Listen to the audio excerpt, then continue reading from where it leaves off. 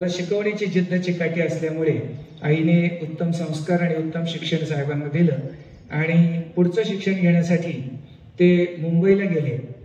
मुंबईमध्ये आल्यानंतर त्यांनी नालंदा नृत्य कला महाविद्यालयामधून भरतनाट्यम या नृत्य प्रकारामध्ये या शास्त्रीय नृत्यामध्ये त्यांनी ग्रॅज्युएशन पूर्ण केलं।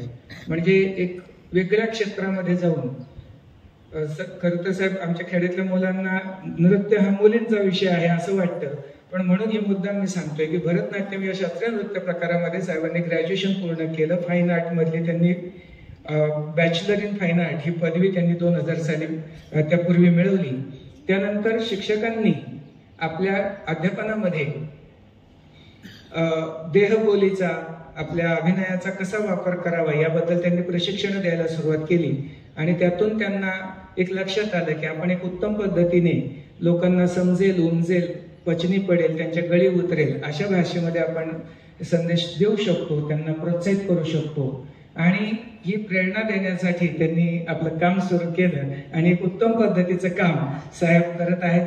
आज समाजाला जी गरज आहे, पालक म्हणतात मी माझ्या मुलाला डॉक्टर बनवेल, इंजिनियर बनवेल, शिक्षक बनवेल, व्यावसायिक बनवेल, व्यापारी बनवेल, उद्योजक बनवेल, पण त्यापूर्वी मी त्याला चांगला माणूस बनवेल, हे मात्र जे पालकांकडून राहून जात आहे ती खंत ती भरून काढण्याचं काम साहेब त्यांच्या व्याख्यानातून करत आहेत। आणि आता आपण पाहतो मातृपितृ भक्त यांची संख्या समाजामध्ये खूप आहे, पण साहेब मातृपितृ विभक्त ह्यांची संख्या जास्त झालेली आहे, हे खरं दुर्दैव आहे।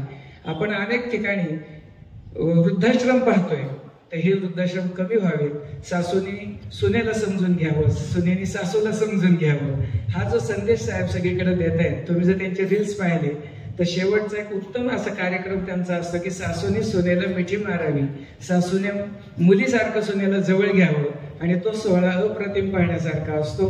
त्याचबरोबर तुमच्यासारख्या मुलांना वयात येताना आकर्षण वाटतं म्हणजे वेगवेगळ्या परलिंगी व्यक्तीबद्दल, तर भिन्नलिंगी व्यक्तीबद्दलचं आकर्षण आहे, ते आकर्षण आहे की प्रेम आहे हे आपल्याला कळत नाही आणि त्यातून अनेक समस्या निर्माण होतात। तर वयात येतानाचं प्रेम हाही त्यांचा एक व्याख्यानाचा विषय आहे। आई वडिलांनी आपल्यासाठी काय त्याग केलाय याची जाणीव करून देण्याचं काम ते करतात। त्याचबरोबर बाप समजून घेताना हा एक खूप सुंदर पद्धतीचा विषय ते आपल्या समोर घेऊन येत असतात। त्यामुळे जे समाजाला गरज आहे अशा प्रकारचे व्याख्यान, अशा प्रकारचे विषय मांडण्याचं काम साहेब करत आहेत। आपल्या या कामाला साहेब आमच्या गावाच्या वतीने, आमच्या शाळेच्या वतीने खूप खूप शुभेच्छा आहेत। आणि मी मुद्दाम थोडंसं प्रास्ताविक म्हणजे जास्त लांबलं, कारण व्यक्ती तितक्या तोलामोलाच्या असल्यावरती त्यांच्याबद्दल त्यांची ओळख करून देणे मी माझं कर्तव्य समजतो। इथून पुढे जास्त वेळ न लावता मी साहेब सन्माननीय हंतारे साहेबांना विनंती करतो, आपण आम्हाला मार्गदर्शन करा।